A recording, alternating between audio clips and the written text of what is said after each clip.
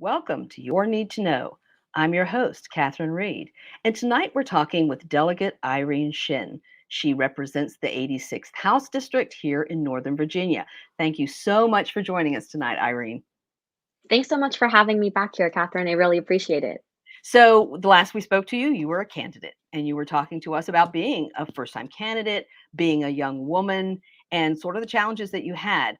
But clearly, you prevailed because you were elected to the Virginia House of Delegates in November. And along with you being elected, we got a new governor and a new lieutenant governor and a new attorney general. And so the session started in January. And on April 27th, Wednesday, you're reconvening. And I'd like for you to kind of share with us what your first year has been like and some of the bills that you shepherded through as a sponsor and where they are right now.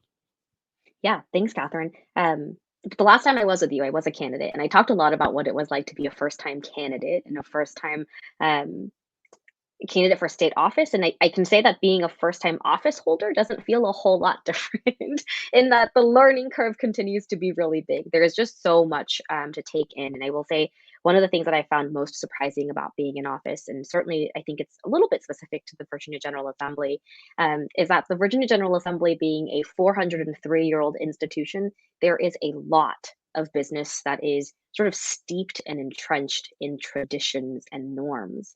And really, I've learned quite a lot this first session. And as you said, I think I have prevailed for the most part. I'm really proud to have gotten a couple of bills through, and I'm proud to have carried the others that were a little less successful. And I think to tell you a little bit about my legislative priorities, I'll start with the ones that didn't make it out this session. Two of the ones that were most important to me. Some of the advice that I got when I first got down to Richmond from my colleagues was don't get married or attached to your bill. And I have to tell you, that was really hard for me because I care so deeply about these issues. Um, and forgive me if I'm repeating the story because I may have shared it with you the last time we chatted. But utility disconnections was a really big part of some of the work that I did in 2020 in my role as the executive director at the Virginia Civic Engagement Table. It's the middle of May in 2020, and Petersburg, the city, shuts off water access to a number of residents and customers whose water accounts were in arrears. So they had delinquent bills outstanding, and they turn off their water. And imagine it's May, and we're not even sure how COVID is being transmitted. We're coming home and we're wiping down all of our groceries. We're washing our hands vigorously for like 30 seconds under scalding hot water. We're being told that all of our clothes should immediately be in the laundry, right? And to imagine that these families and these households don't have water is so just like heartbreaking and so inhumane. That we get to work with a couple of community leaders and pull together a scrappy coalition to get these folks water turned back on. And what we find during that process was something that I was like, okay, I'm going to work on this and find better solutions to making sure that folks don't have to live through a public health crisis without water. And so I carried HB 1054, which was specifically aimed at making sure that utility disconnections were prohibited if there was a state of emergency, if there was a public health crisis, or if there were extreme weather events, extreme weather being 95 degrees and above or 33 degrees and below. Unfortunately, this is a bill that did not make it out of the session this year. But I am optimistic because we did get a letter sent to the commission on electric utility regulation, and they're going to come back with recommendations for how we can address this to make sure that all Virginia families can have sort of access to clean water, to their fire, to their air conditioner, right, in these extreme events, and certainly in public health crises. Well, A I'm couple of sure, other I'm sure, I'm sure some of the longtime people like Ken Plum told you, in addition to not getting attached to your babies, that it sometimes takes more than one pass. Sometimes it takes many, many years to pass legislation, even legislation that I'm sure our viewers are going, wow, this seems like such a no brainer. It seems like such a common sense piece of legislation to protect people. How could it not have been passed? But again, there are many things in Virginia that have taken decades to pass, even though it it's seemed true. like it was so obvious. So I just want to interject to folks who might be not baseball insiders on politics that it may sound like shooting down that bill makes no sense, but there's a lot of things that don't make sense. Yeah. And again, the other bills that were not successful for you will probably also reappear year after year after year until they're passed.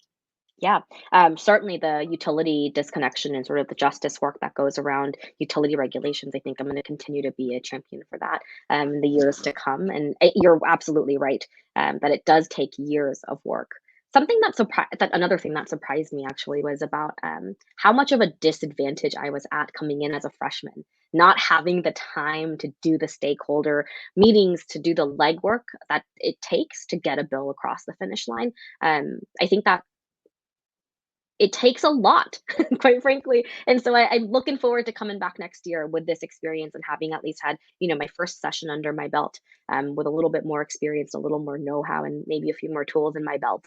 Um, so that was HB 1054, and but a couple of the ones I did get across the finish line. HB 1330 was what I call the Good Steward bill, and it essentially says that if there are federal purchasing programs that are already in existence, which means the vendors have already gone through a rigorous vetting procedure through the federal government, that the state government should also opt in to these programs that are made accessible to us, offering cost saving measures for our state agencies and departments.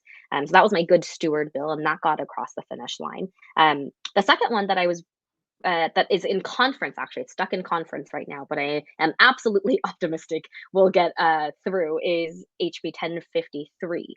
And 1053 is a study bill that looks at the cost of commissions and fees for services and items that are provided or sold at local jails. So, a person who is incarcerated in a local jail, like in Culpeper, may end up paying as much as $14.30 for a 15-minute phone call to their loved ones, while a person in Richmond City might end up paying just $1.10. So there's a huge disparity in the costs of the services being provided and accessible to the folks who are incarcerated in local jails. And this study will just look at how do we close those disparities so that everybody can have access to video visitations and phone calls, especially when we saw in the last 2 years how hard it was for folks to, go visit their loved ones who may be behind bars.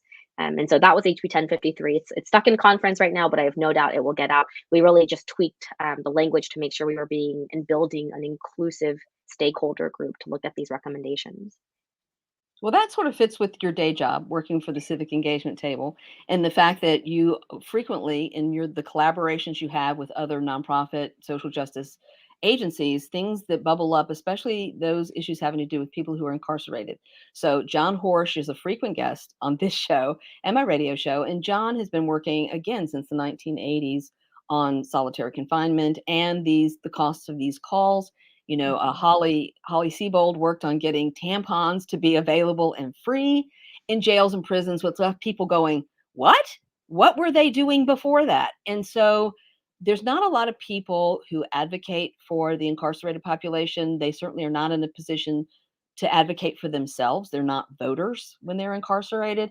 And so the social justice aspect of making sure that when we talk about taking care of all Virginians, we really mean all Virginians, even those who are incarcerated around the Commonwealth of Virginia. So I hope to see that study come back with positive results. Thank you. Yeah, I look forward to those results too. I think they'll have some good recommendations for us. I think some of the things that I found most egregious in studying the local jails, you can go to Target and that box of variety instant oatmeal from Quaker. You can buy Right. a box of like 10 and it'll cost you somewhere between $2 and $3. Inside a local jail, it costs $8.75. So you're talking about a 4x markup, and it's pretty, again, just egregious in these practices. And I think the thing that I'm hoping that the stakeholder group will come back to us on is how to make sure that a local jail, which is a publicly operated body and an agency, how are we making sure that we are treating the captive market, which is the folks that are incarcerated, with dignity, and to not price gouge essentially a captive market to the government, and because that just seems, it's not only immoral, but it is unjust and just really heinous. Well, So yeah, yeah. and the thing that, working with Friends of Guest House too, especially on this tampon bill, if you want to call it that, was the fact that, some people are indigent. In other words, there are no family members depositing money into their account for them to buy anything at the commissary. like a tampon. But even if you had the money to buy that, it is marked up so high that, there are people, family members on the outside who literally are working a job to support themselves and the children that often get left behind by incarcerated people, and then trying to send money to the accounts of people who are incarcerated for really basic things. And people who are indigent don't have anything. And again, from a social justice lens, that's not right. We need to be providing basic things for people to have, whether if they're incarcerated. It's our responsibility. You're right. To me, it's a moral question, and it is our responsibility as Virginians to treat people who are incarcerated with dignity. And price gouging is beyond the pale. But it's a business model. I have to tell you, the prison industrial complex is a business model, and I think people should never lose sight of the fact that it is, just like the military industrial complex. Follow the money and figure out where there's money being made and by whom it's being made. Does that sound harsh?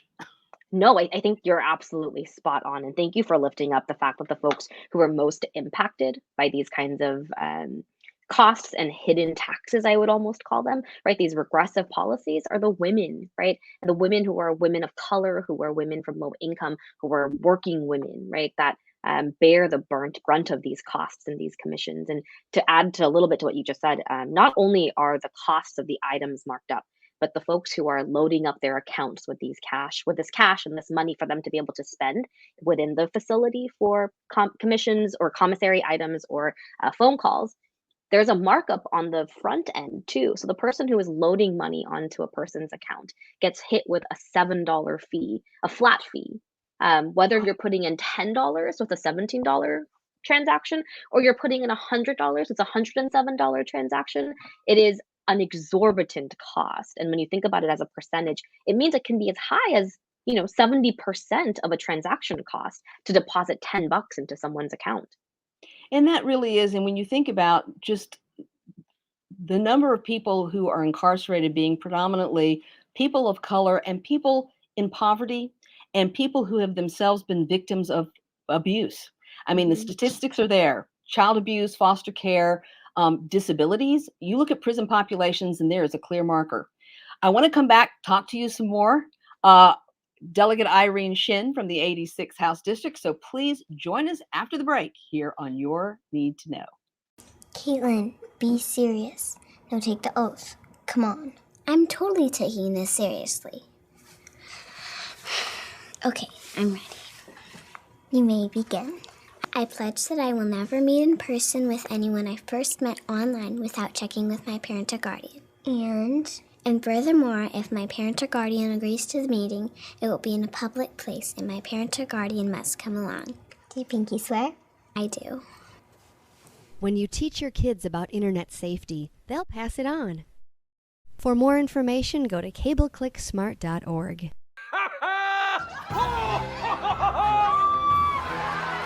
Give your town a reason to celebrate, because every Goodwill item you bring home brings job training and more to your community. Goodwill, bring good home. Do you love sports? Then you should know about STEM. Because maximizing nutrition, analyzing peak muscle performance, calculating the perfect shot, and more are all made possible by science, technology, engineering, and math. In fact, there are more careers than ever in sports science.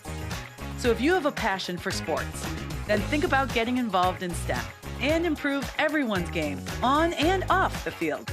Get inspired at shecanstem.com. Freedom. It's at the core of who we are. The freedom to live without fear, to jog where we please, to wear a hoodie. The freedom to breathe. Before we celebrate the freedom most Americans have, we must fight for the freedom all Americans deserve. Because all lives can't matter until Black lives matter.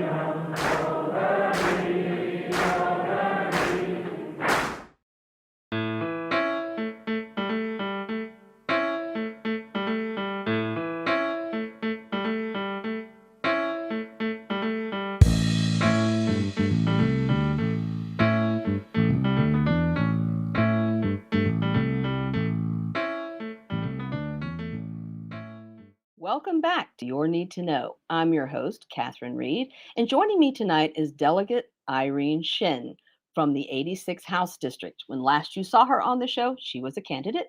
Now she has been a full year in her first legislative session, not really a full year, but her first legislative session. And she's been talking to us about the bills that she put in and the fate of some of those bills. So tell us some more about your bills. Sure. Thanks, Catherine. I think the final bill I'd like to share about is the bill that is currently going to be a hot topic of discussion for us when we go back to our Reconvene session in Richmond on Wednesday. HB 1063 was a bill that I carried and introduced this past session, and I feel really lucky that I was able to get it across the finish line unanimously. So it had 100 votes in the House and 40 votes in the Senate, not a single opponent to this bill. That's so amazing. That's so amazing. Unanimous is amazing. For our viewers at home, understand unanimous, it's a thing in Virginia. Yes. So getting it across on the uncontested calendar was a big feat for me. And I will say that it felt extra satisfying given the hyper-partisan times that we're living through, right? To be able to find common ground. And let me give you a little description of what HB 1063 does. HB 1063 is actually a legislative priority for the newly formed AAPI caucus. In Virginia, we finally have enough AAPI legislators that we were able to form a formal legislative caucus. And HB 1063 was one of our priorities. HB 1063, in its original form and as introduced, would make sure that religious articles of faith, so that might be an outward expression of your religion, including headscarves or grooming practices, yarmulkes you may wear on your head, or a cross you may wear around your neck, that those expressions of faith would be protected in Virginia code from discrimination. And that's the kind of thing that I think everybody could unanimously agree on. They could all say, yeah, we want to make sure that Muslim women aren't discriminated from employment, or that Jewish men aren't discriminated when they're applying for housing. And so I was really proud to get that across the finish line, passed, again, 140 to nothing in the General Assembly. So can I interrupt you just to explain to us the AAPI caucus? Sure. Yes, absolutely. The Asian American Pacific Islander Caucus is a caucus, a group of 6 of us who are members of the General Assembly. We've got our chair, Delegate Mark Keem, who represents Vienna. We have our vice chair, Delegate Kathy Tran, who represents Springfield. Our second vice chair, Senator Ghazala Hashmi, who represents, I believe, Chesterfield, down in the Richmond area. Delegate Suha Subramaniam, who represents the 87th district, just next door in Loudoun to us. Delegate Kelly Converse Fowler, who represents Virginia Beach, and now me. It was a newly formed legislative caucus that where they finally had enough members to be able to form this.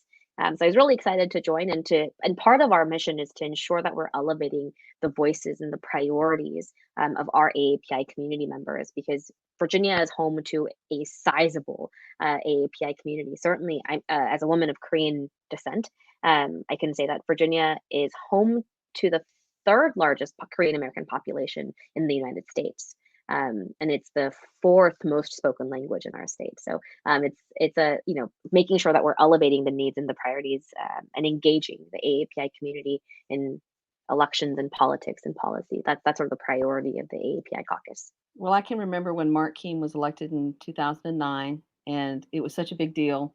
And from 2009 to 2021, it seems like a long time, but you mentioned that the General Assembly's 403 years old. So it's a small amount of time in a long history.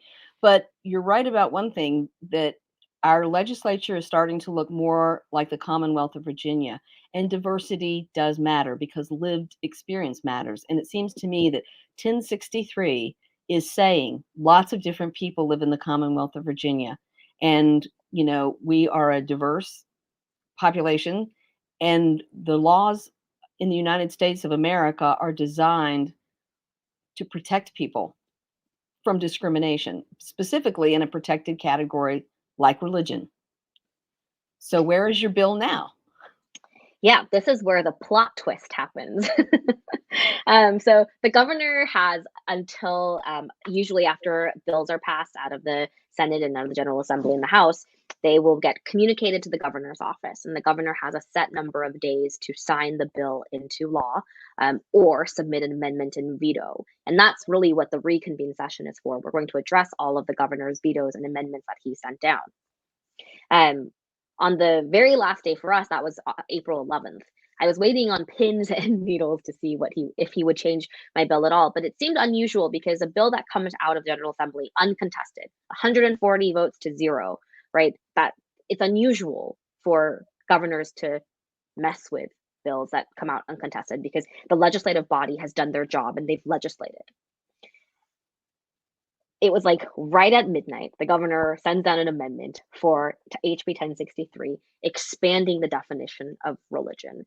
And if it's okay with you, I'd like to read sort of the definition Sure. that we put it in the original language for 1063.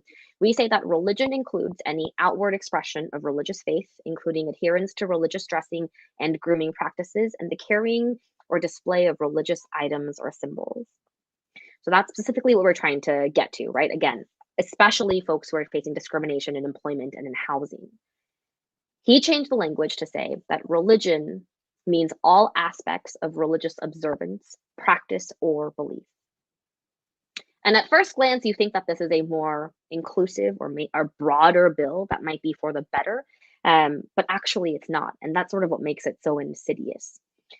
This would give cover to people to say, I can't employ you at my company because you don't agree with my religious beliefs, right? It would say, I can't use your proper pronouns because that goes against my religious beliefs. It would say, I can't bake you a wedding cake because homosexuality is against my religious beliefs. And I think that's what makes it so insidious, that the governor has taken what is meant to be a protection bill for religious minorities, especially, and turned it into something that is a guise for bigotry under the cover of religion. And so that's where we are right now. That's the amendment that the governor's office has sent down, and we'll debate it on the floor on Wednesday when we're down in Richmond. And procedurally, there's a couple of pathways where this can go. Since this is an amendment, the Chamber of Origin, which is the House, since it was my bill, will have the option to either accept or reject this amendment. Given the makeup of the House of Delegates, 52 Republicans to 48 Democrats, my guess is that it's not going to be rejected. My guess is that it's going to be accepted because the Republicans will want it and they'll see it as a religious freedom bill. They've had a couple of religious freedom bills this session, actually. They all got killed in the Senate. Thank God for the brick wall in the Senate, right? That's protecting our progress. But it includes bills like HB, I think it's 753, that explicitly stated a religious organization could fire or hire people based on their religious affiliations, right? And it blatantly would give the right to discriminate, especially against LGBTQ community members. And it passed out of the House, something sort of explicitly discriminatory in nature that we would want to put into our code passed. And again, thank goodness for the Senate because they killed that bill. But it seems to me that the writing's on the wall in the House that they would agree that this is, the kind of religious cover that they'd want to give hateful and bigoted people. And it's so sad because, and I will say, I embrace progressive values. I sat on the board of Equality Virginia for many years and NARAL Pro-Choice Virginia on the PAC board. And it seemed to me that Virginia was a first, our Virginia Values Act, the first Southern state to pass protections for the LGBTQ community in housing and public accommodation and employment. And all it took was one election, a governor who was elected not by a mandate and not by a landslide, but by a very small margin. And it was definitely a backlash to the 2020 national election. Thank you so much, Harry Byrd Sr., for making sure that segregationist policies will have followed us into the 21st century. Good on you. But it's disappointing to see that there are Republicans who are putting politics ahead of what is in the best interest of their constituents, because let's face it, every single one of those Republicans have constituents who have different religious practices And so who represents them if they're not representing them or supporting legislation that protects them? It's just really disappointing. I thought Virginia was on a trajectory, and it's hard not to be discouraged, Irene. Yeah, well, I think that's why we have a saying that civic engagement is not a diet, but a lifestyle. Because civic Love it. engagement doesn't start with voter registration and end with voting on election day, but it is a lifelong advocacy, a lifelong journey of advocacy. You get registered to vote, you show up on election day, you cast your ballot, you make your voice heard to build a democracy that reflects the values that you prioritize and that you think are best for your community. And then you continue to advocate. So on HB 1063, folks can reach out to their legislators, to their state senators, to their state state delegates to express their disappointment with this amendment and how it's perverted what was meant to be a protection bill and turned it into a, disguise for bigotry, quite frankly. And so I think making sure that all of your viewers, Catherine, who I know are engaged and active community members, know that they have a right and they should feel empowered to speak up and participate in the civic engagement process. I think a lot of times, and we've said it on the show many, many times and over many, many years, that you think your phone call or your email doesn't matter, but it does. And when a lot of people send their one email or their one phone call, or they show up at the office of their elected representative, you are giving them a mandate. When you have 300 people email you about a bill, you go in there saying, I have a mandate from my constituents that say this matters to them, and so I'm going to fight for this. And what I have found in talking to legislators over the years is that they look at how many phone calls, how many emails on this bill we've had. I've run into this. And so I encourage everyone, if you care about an issue, if you understand this public policy and the things that legislators are trying to do, improve the quality of life for everyone in our community, then get engaged, show up to a rally, send an email, make a phone call. And you're right, not just at election time, not just when it's time to go to the polls, but 365 days a year. Thank you, Irene. I really appreciate it. I love talking to you every time. Thank you so much for having me back, Catherine. I really appreciate it. Well, we'll have you back again, I am sure, because you're up for re-election some year, definitely in 2023. We don't know if it's going to be any earlier than that. So stay tuned, viewers, because it's kind of up in the air, but she will be running for re-election again. And this is what you need to know.